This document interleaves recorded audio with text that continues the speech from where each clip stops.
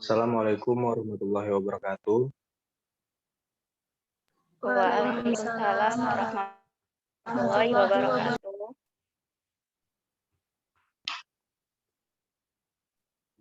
Sebelum kita mulai pembelajaran, marilah kita berdoa menurut agama dan kepercayaan kita masing-masing.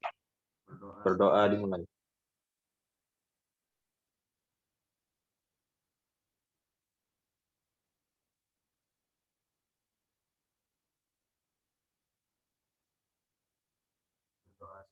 Berdoa selesai.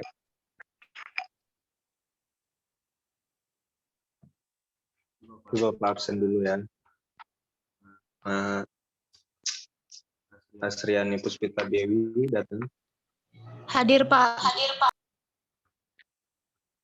Dini Indar Mutia. Hadir, Pak. Winda. Hadir, Pak. Winda baru on ya. Rizky Audina. Hadir, Pak. Mustafa Ahyar.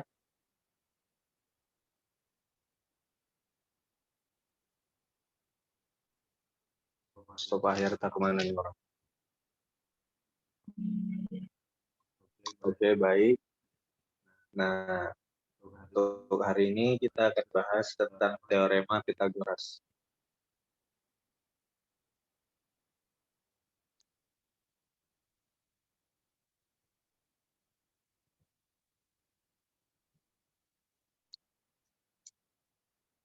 Ya, Pythagoras itu merupakan seorang matematikawan dan filsuf dari Yunani yang dikenal sebagai Bapak Bilang. Nah, menurut catatan sejarah, terdapat tablet batu milik suku Babilonia yang dipercaya ditulis pada tahun 1800 dan jauh dari Pythagoras lahir. Tablet batu itu berisi kombinasi 3 angka yang merupakan tripel Pythagoras.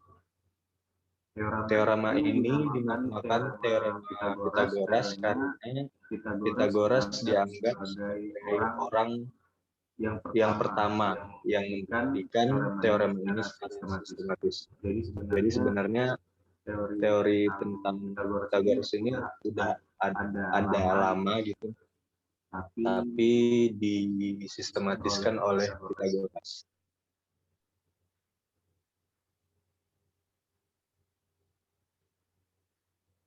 Nah, adapun dalil dari Pythagoras ini yaitu bunyinya itu pada suatu segitiga siku-siku, kuadrat dari sisi terpanjang yaitu sama dengan hasil jumlah dari kuadrat sisi-sisi penyikunya.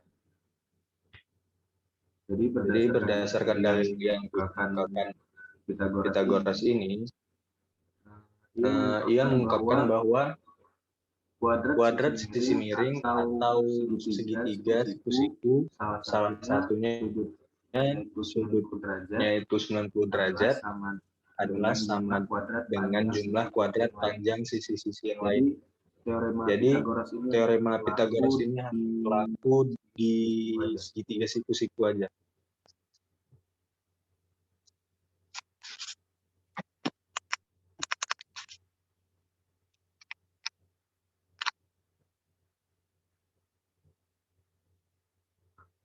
Terdapat 2 sifat yang ada dalam teorema Pythagoras. Yang pertama, teorema Pythagoras itu hanya untuk segitiga siku-siku seperti yang saya jelaskan tadi, dan yang kedua, minimal 2 sisinya dapat diketahui terlebih dahulu sehingga kita bisa menggunakan teorema Pythagoras. Kemudian karena teorema Pythagoras ini dibahas untuk segitiga siku-siku saja, jadi kita ketahui dulu karakteristik suatu segitiga.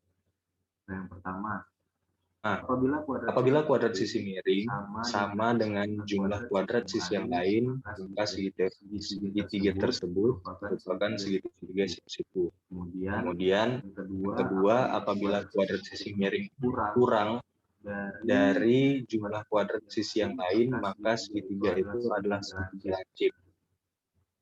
Kemudian apabila kuadrat sisi miring lebih besar dari jumlah kuadrat sisi yang lain, maka segitiga itu segitiga tumpul. Jadi ada 3 jenis segitiga ya. Nah, dalam segitiga siku-siku itu, kalian lihat di gambar ini, segitiga siku-siku itu mempunyai sisi miring. Ini sisi miring berhadapan langsung dengan sudut segitiga, sudut 90 derajat ya. Ini sisi miringnya. Kemudian sisi alas dan sisi tegaknya. Jadi kita harus tahu yang mana sisi miringnya, yang mana sisi alas dan sisi tegaknya, supaya kalau segitiga siku-siku itu dibalik dimanapun atau kayak gini, kita tahu mana sisi miringnya. Nah, ini sisi miringnya itu, sisi miringnya di R, kemudian sisi alasnya di P, dan sisi tegaknya di Q. Nah, jadi segitiga siku-siku ini bisa kita anggap seperti ini. Kita lihat di gambar. Nah, ini merupakan rumus dari teorema Pythagoras. Berdasarkan dalilnya tadi, kuadrat sisi miring, ini sisi miringnya adalah C, alasnya B, dan tegaknya A. Jadi kuadrat sisi miring sama dengan jumlah kuadrat sisi alas dengan sisi tegak. Makanya C kuadrat sama dengan A kuadrat tambah B kuadrat. Nah, kalau kita nyari alasnya, jika di soal diketahui itu sisi miring dan sisi tegaknya, kita bisa menggunakan rumus ini. Jadi rumus ini berasal dari rumus utamanya C kuadrat sama dengan A kuadrat tambah B kuadrat. Kalau dicari alasnya, jadi B kuadrat sama dengan C kuadrat dikurang A kuadrat. Kemudian kalau dicari sisi tegaknya itu kan A. Jadi A kuadrat sama dengan C kuadrat dikurang B kuadrat. Nah, kalian ketahui itu sisi miring itu merupakan sisi terpanjang dari segitiga siku-siku. Jadi C itu sisi terpanjang dari segitiga siku-siku. Nah, dengan menggunakan teorema Pythagoras, kita dapat menentukan mana kumpulan bilangan yang merupakan segitiga siku-siku. Biasanya di soal ada disediakan beberapa bilangan, 3 bilangan, terus itu nanti dicari yang mana sih termasuk segitiga siku-siku. Jadi kita bisa nyarinya dengan menggunakan teorema Pythagoras. Nah, misalnya nih, misalkan A sama dengan 3, B sama dengan 4, dan C sama dengan C belum diketahui. Ini segitiga ini ya. Nah, dengan menguadratkan sisi miring dan kita jumlahkan kuadrat sisi yang lainnya, maka kita peroleh berdasarkan rumus yang tadi, C kuadrat sama dengan A kuadrat tambah B kuadrat. Maaf ya, balik. Jadi kita masukkan A-nya itu 3, B-nya 4, dan C-nya 4B. Kita kuadratkan 3 kuadrat sama dengan 9, 4 kuadrat sama dengan 16, 9 tambah 16, 25. Karena C kuadrat, jadi kita akarkan 25-nya, jadi C akar 25, maka C sama dengan 5. Nah, selain itu, dengan menggunakan teorema Pythagoras tadi, kita dapat menentukan apakah 3 barisan bilangan dapat membuat bentuk segitiga siku-siku. Seperti yang Bapak jelaskan tadi. Contoh nih, A sama dengan 10, B sama dengan 8, dan C sama dengan 22. Ini kita cari apakah ketiga bilangan ini membentuk segitiga siku-siku. Nah, kita cari dengan teorem Pythagoras. Kita kuadratkan C kuadratnya. Kita kuadratkan C-nya, 22 kuadrat sama dengan 484. Kemudian kita jumlahkan kuadrat dari ada 10 kuadrat ditambah kuadrat 100 ditambah 64 sama dengan 144. Nah, ini kita lihat jumlah kuadrat A ditambah kuadrat B sama dengan 164. Dan kuadrat dari C itu 484. Nah, karena 22 kuadrat lebih besar dari sisi yang lainnya, maka segitiga kumpulan bilangan dari 10, 8, dan 22 itu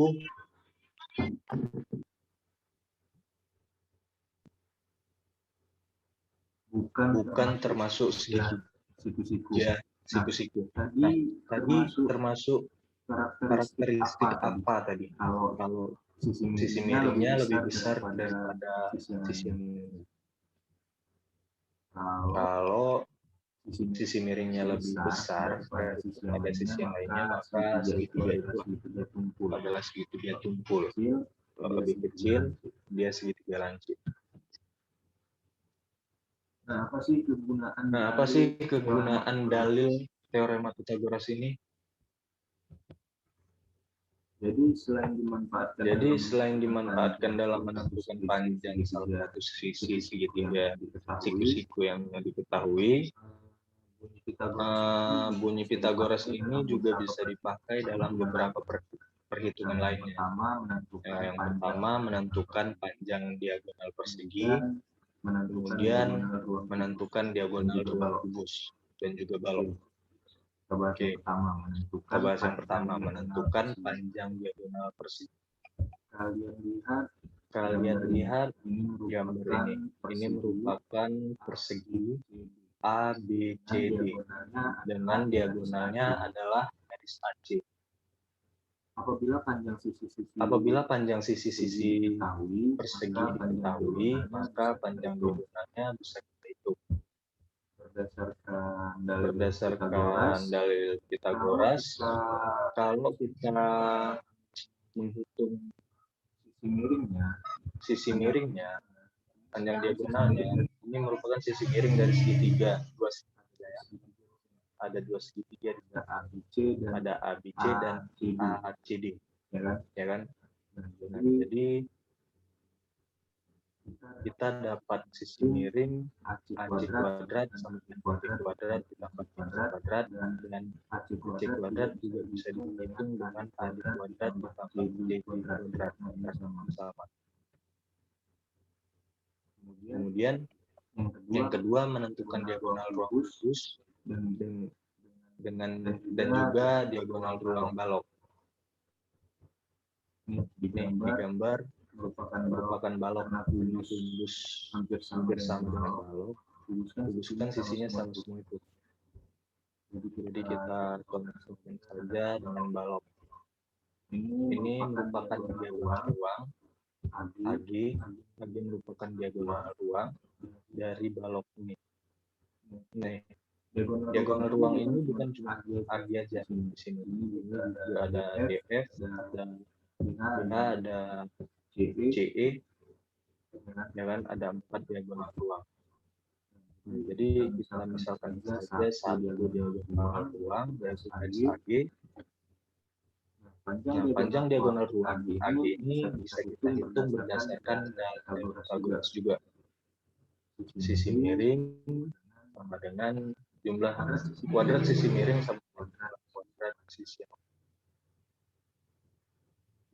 Kita perhatikan, ini AG merupakan sisi miring dari segitiga ACG, ya kan? ACG dengan penyikunya ada di titik C. Ini sudut 90 derajat. Jadi bisa kita hitung AB kuadrat AC kuadrat ditambah CB kuadrat.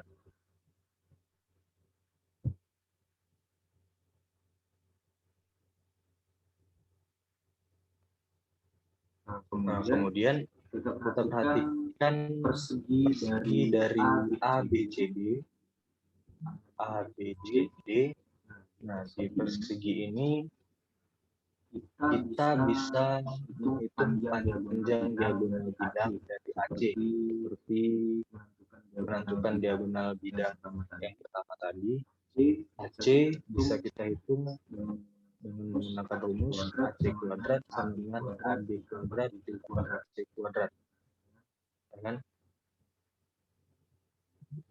AC kuadrat adalah panjang, AB sama dengan panjang balok, dan BC adalah lebar balok. Karena kita dapat dua rumusnya tadi, dari AG sama dengan AB kuadrat sama dengan AC kuadrat ditambah AB kuadrat, kemudian di perseginya kita memperluas juga AC kuadrat sama dengan AB kuadrat ditambah AC kuadrat. Jadi karena AC kuadrat tambah AC kuadrat, jadi kita masukkan AC kuadrat ini ke kuadrat. Jadi bisa kita ubah menjadi AB kuadrat sama dengan AB kuadrat tambah AB kuadrat. AB kuadrat sama dengan AC kuadrat tadi adalah AB kuadrat ditambah AB kuadrat ditambahkan dengan CB kuadrat. Nah, AB tadi kan ini panjang. Kemudian BC ini adalah lebar. Dan CG merupakan tingginya. Ya kan?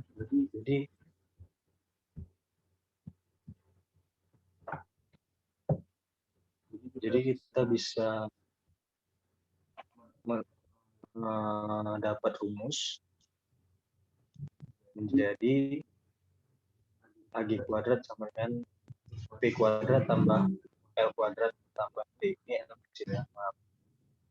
Nah, jadi kita langsung tulis aja AG itu kita tulis dengan DR, diagonal ruang kuadrat P kuadrat tambah L kuadrat tambah T kuadrat. Jadi teorem Pythagoras bisa kita gunakan untuk diagonal ruang suatu balok atau kubus. Oke, untuk supaya lebih memahami materi, ini saya kasih contoh soal. Suatu balok memiliki panjang 12 cm, lebar 9 cm, dan tinggi 8 cm. Tentukan salah satu diagonal ruang. Ya, jadi kita bayangkan aja dulu baloknya tadi seperti ini. Oke. Jadi kita ketahui panjang 12, lebarnya 9, dan tingginya 8. Yang ditanya adalah diagonal ruang. Kita masukkan rumus tadi. Nih. Panjangnya 12, lebar 9, dan tingginya 8. 12 kuadrat 144, kuadrat 81, dan 8 kuadrat 64. Jadi diagonal ruangnya akar 289. Dapatlah diagonal ruang dari balok ini sepanjang 17 cm. Oke. Cukup sekian untuk tugas dan materi lebih lanjut itu ada di kita.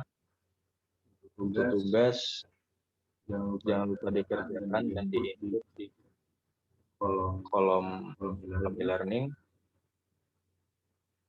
Oke, terima kasih. Sekian pertemuan hari ini. Wabillahi taufiq wal hidayah. Assalamualaikum warahmatullahi wabarakatuh. Waalaikumsalam warahmatullahi wabarakatuh.